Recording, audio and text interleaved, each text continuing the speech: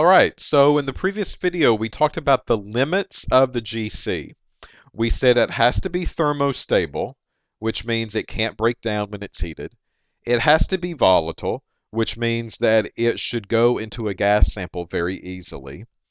And it's not very good for qualitative analysis. We really have to have something fancy on the machine in order to perform qualitative analysis if that's what we need. All right. Now, how can we analyze if the sample is good or not? Well, first off, the maximum temperature that we can have in the GC is 380 degrees for the most part. So 380 degrees is the maximum setting. So that means if I have a boiling point of a compound that is higher than 380 degrees, then that compound probably will not work, right? I'm restricted to how hot my instrument can actually go. So if I've got a compound that has 450 degrees as a boiling point before it turns into a gas, and I inject that sample into the GC system, and that GC system can only go to 380, well, that compound will never turn to a gas.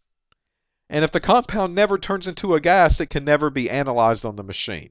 So use a little bit of common sense here and look at boiling points for your compounds. Larger molecules, these are things greater than 600 grams per mole when you do the formula weight, are not very good for GC. We really need lower formula weights in order for these things to work properly. And 600 is typically a cap. Anything higher than 600 is bad news. Boiling points less than 500 help, as does low polarity. So when we talk about boiling points, yeah, the machine stops at 380. We put a cap on at 500. The reason that we do that is because 380 is the general temperature setting on a basic run-of-the-mill GC. I can order GC systems that go higher. I can order columns that allow me to go to hotter temperatures. However, these are rare and these are more specialized. And because of that, they can go up to a higher temp, allowing me to do higher boiling points as far as molecules are concerned. So that's where this 500 really comes into play. 500 is really a maximum cap, meaning if your boiling point's over 500, no matter what you have, a GC system's probably not going to work. I don't care if you order any type of specialized piece of equipment or not, 500 is really the top of the line max that you will see in a laboratory. So keep in mind, you are restricted to the actual instrument that you have in front of you.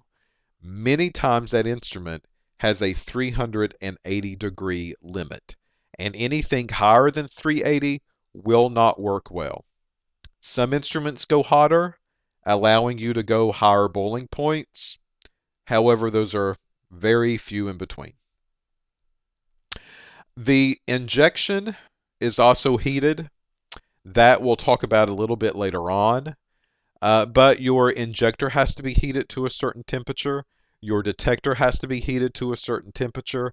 And your oven has to be heated to a certain temperature. Now, if any of these things don't quite work out for you, but you are still headstrong on injecting the sample to a GC, then we have this process called derivativesation.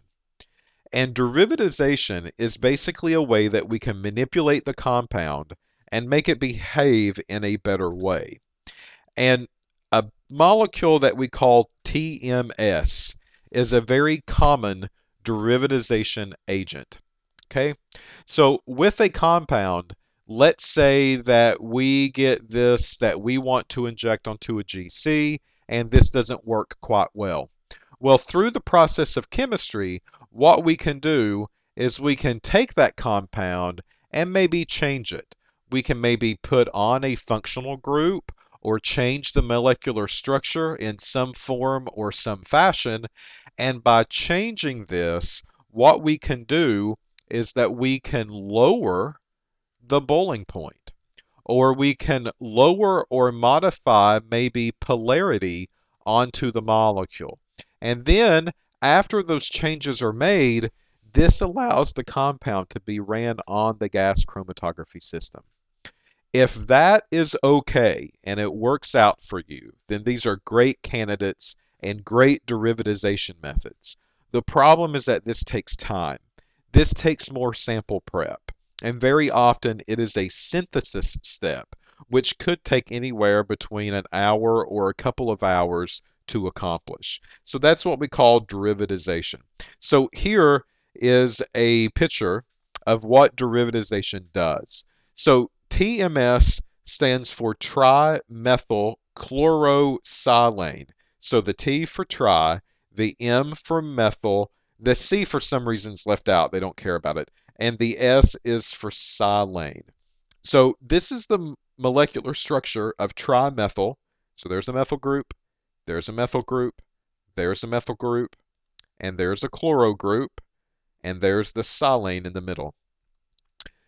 If your compound has an OH on it, these OH groups, which are alcohol groups, can react with the chloro unit and create hydrochloric acid. H and the Cl make a marriage and they run off together to make hydrochloric acid. And that provides a hookup point for that oxygen and now this silica that has been removed or that's been lonely for quite some time. All right, so this is what we call the TMS derivative. So here at the very bottom is a chromatogram. You see time on the x-axis, and here you see just detector response on the y-axis. And you kind of see the shape of the chromatogram. It kind of flatlines, it comes up a little bit, comes back down, and then we get this small little hump, and then it comes back down. That's not very good. We don't want to see a chromatogram that looks that way. We want to see a chromatogram that takes the shape of this. We want to see very sharp peaks that immediately go up and then come back down. Whenever we see a chromatogram that basically flat lines out like this, or that widens out and makes these mounds or hills instead of very sharp peaks for us, then this component's not doing well in the GC system. So this is cholesterol that was ran. Well, cholesterol's got an OH group on it. So what this person did is decided to take cholesterol and make this alcohol group react with the TMS derivative or the TMS reagent. And this makes a TMS derivative.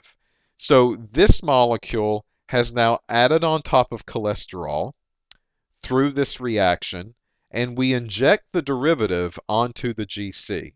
And this is after derivatization. So we see a very flat line in the beginning, and then the peak comes up, and then it comes straight back down. We see a very sharp peak. We see a very dominant peak. This is not just a small little hill or a mound that you've got to climb over. This is very prominent on the chromatogram itself. And that's what you want to see from all of these compounds. All right? So this is derivatization. This is how we handle compounds that really aren't well suited for a GC system. But with a little manipulation, we can make them behave in a GC in a much better way. So in the next video, we'll talk more about the history of the GC system and some more about the terminology of the system as well.